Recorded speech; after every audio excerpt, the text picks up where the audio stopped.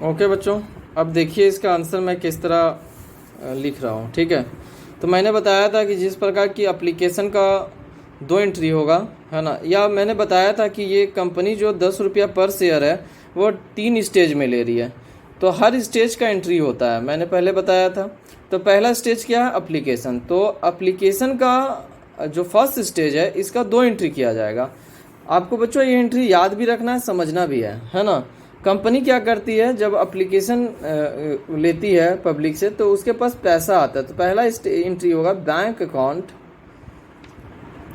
Account, debit to. तो share का तो नाम कुछ नहीं है, इक्विटी प्रीफरेंस कुछ नहीं है, तो सिर्फ आप शेयर लिखोगे। क्या लिखोगे?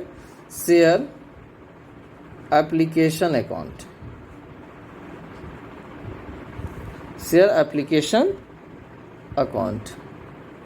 क्लियर बच्चों? बच्चों ये फर्स्ट एंट्री हो गया, है ना। इसमें क्या हुआ, कंपनी के पास पैसा आया, किससे आया? एप्लीकेशन से आया। इसका मतलब यही है, एसेट बढ़ता है तो डेबिट करते हैं। क्लियर है बात को? तो अब अमाउंट कितना होगा वो समझना है। तो देखो बच्चों, नंबर ऑफ शेयर कितना था? 12,000। एप्लीकेशन रेट कितना है? 2 रुपया। तो 12,000 को 2 से इंटू करोगे तो 24,000 हो जाएगा। तो बच्चों आपको इसी तरह मन से बनाना है घर पे बैठ के, ठीक है ना। आपका नरेशन क्या होगा वो देख लो बच्चों। एंट्री के बाद आप लोगों को मालूम होगा, आप 12 के बच्चे हो तो मालूम तो जरूर होगा कि जनरल एंट्री के बाद नरेशन होता है। नरेशन को बीइंग से स्टार्ट करते हैं हम लोग, ठीक है। उसमें लिखते हैं बीइंग एप्लीकेशन मनी, ये शॉर्ट में लिख रहे हैं बच्चों। अच्छा, आप पूरा लिख देते हैं, ऐसे आप पूरा लिखना, कहीं कहीं मैं शॉर्ट लिख दूँ तो भी आप पूरा लिखना। बीइंग एप्लीकेशन मनी रिसीव, ये आपको एंट्री नरेशन सब अपने दिमाग में रख लेना है बच्चों, है ना। रिसीव का स्पेलिंग पूरा लिखना, ठीक है। या लॉ फर्स्ट में मैं लिख ही देता हूँ, ठीक है, रिसीव्ड। ओके, और ये जो मैं ब्रैकेट किया हूँ इस लाइन में गलत हो जाएगा, ठीक है, आप इधर ही करोगे। उसके बाद बच्चों इस तरह से आप लाइन कर दो, स्केल से करना, मेरे को प्रॉब्लम हो रहा है ना, इसलिए एक लाइन आप स्केल से ये लाइन को करना है, ठीक है।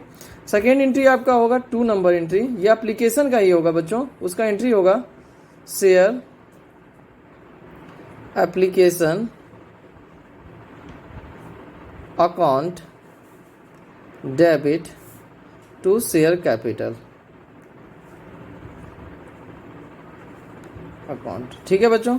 नरेशन इसका होगा बीइंग एप्लीकेशन मनी ट्रांसफर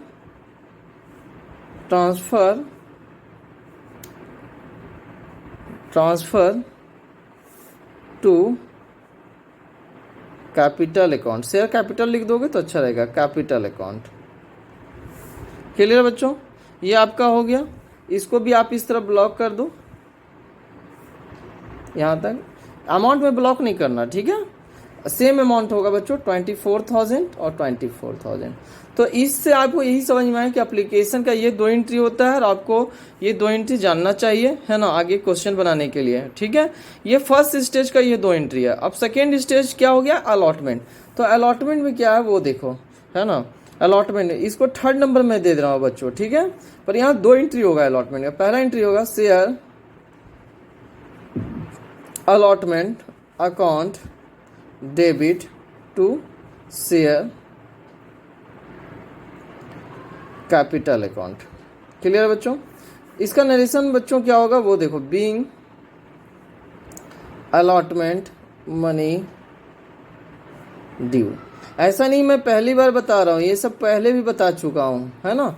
तो जो बच्चे को समझ में आया होगा तो सोच रहे होंगे कि मैं जानता हूँ, पर मेरा काम है कि सभी स्टूडेंट को लेके चलना, इसलिए मैं बता रहा हूँ। 12,000 इंटू 4, 48,000 बच्चों। 48,000 यहाँ डेबिट और 48,000 क्रेडिट। क्लियर है बात को, है ना। और ये अलॉटमेंट का मैंने बताया था, जैसे एप्लीकेशन का 2 एंट्री होता है उसी तरह अलॉटमेंट का भी 2 एंट्री होता है। तो नेक्स्ट एंट्री होगा bank account debit to share allotment 48,000 narration being allotment money receive. यहाँ भी लाइन दे देना बच्चों, ठीक है। क्लियर है? अब बच्चों यहाँ पे जो फिफ्थ और सिक्स्थ एंट्री होगा वो फर्स्ट एंड फाइनल कॉल का होगा। ये first and final call, first and final call का भी 2 एंट्री होता है, क्लियर है, जिसका नंबर मैं फिफ्थ दे रहा हूँ और सिक्स्थ दे रहा हूँ, है ना। फिफ्थ में होगा, कुछ नहीं करना बच्चों, 3 को देखो उसी तरह से हो जाएगा, जैसे शेयर अलॉटमेंट है, यहाँ पे लिखा है share first and final call account debit, clear बच्चों, टू शेयर कैपिटल अकाउंट। थोड़ा प्रॉब्लम होता है बच्चों बनाने में, है ना, थोड़ा सुविधा का कमी है इसलिए प्रॉब्लम होता है। यहाँ भी देखो बच्चों 12,000 और फर्स्ट एंड फाइनल कॉल का 4 रुपीज़ है, इसका भी अमाउंट 48,000 होगा, 48,000, क्लियर है बात को। नरेशन वही सेम लिख दो, 3 में देखो क्या था, जैसे बीइंग अलॉटमेंट मनी ड्यू, तो यहाँ लिखना being first and final call money due, ये लाइन है इस तरह दे देना, ब्रैकेट बंद कर देना, क्लियर बच्चों। अब यहाँ पे देखो, यहाँ पे आप देखो 6 नंबर क्या करोगे, 4 के जैसा करो, जैसे अलॉटमेंट में 2 किए थे ना आप, है ना, तो उसी तरह फर्स्ट एंड फाइनल कॉल का 2, तो यहाँ पे क्या हो जाएगा, bank account debit to share first and final call account, कितना 48। नरेशन वही लिख देना बच्चों, नरेशन क्या लिखोगे, बीइंग क्या लिखे, अलॉटमेंट मनी रिसीव, यहाँ लिखोगे बीइंग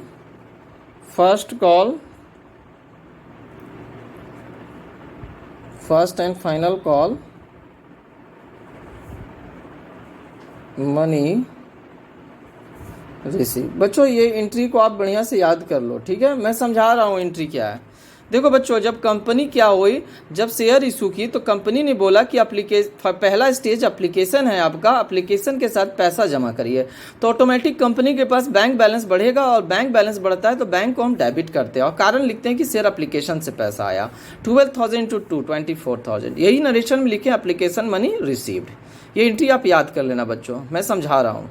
और इस एप्लीकेशन का पैसा कंपनी क्या करती है, अपने कैपिटल में लगा देती है, मतलब अपने कैपिटल में भेज देती है, ट्रांसफ़र कर देती है, हस्तांतरण कर देती है, उतनी 24,000 से। यही देखो नरेशन में मैंने लिखा है, और यहाँ देख लो एप्लीकेशन जो क्रेडिट था उसको डेबिट किए, कैंसिल किए, और उस पैसा को मैंने कैपिटल में बढ़ाया, कैपिटल में भेजा, तो कैपिटल ऑटोमेटिक बढ़ जाएगा, और कैपिटल जब बढ़ता है तो क्रेडिट किया जाता है, क्लियर है बच्चों।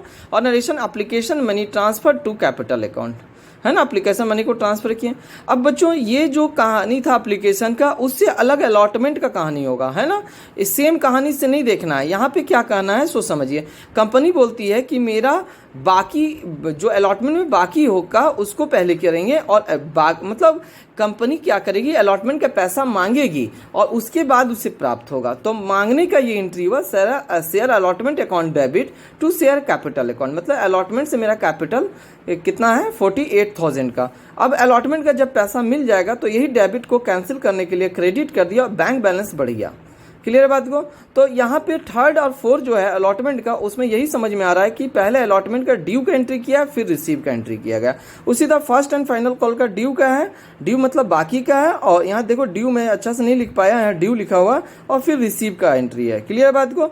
तो 3rd, 4th और 5th, 6th लगभग एक है, परंतु 1 और 2 जो एप्लीकेशन का है उसका एंट्री मूव किया हुआ है, क्योंकि इसमें एप्लीकेशन का पैसा जब आता है तभी जाके कंपनी को ट्रांसफर करता है। पर यहाँ पे क्या होता है, अलॉटमेंट में पहले कंपनी मांगती है, फिर रिसीव होता है, फिर company first and final call का मांगती है और फिर रिसीव होता है।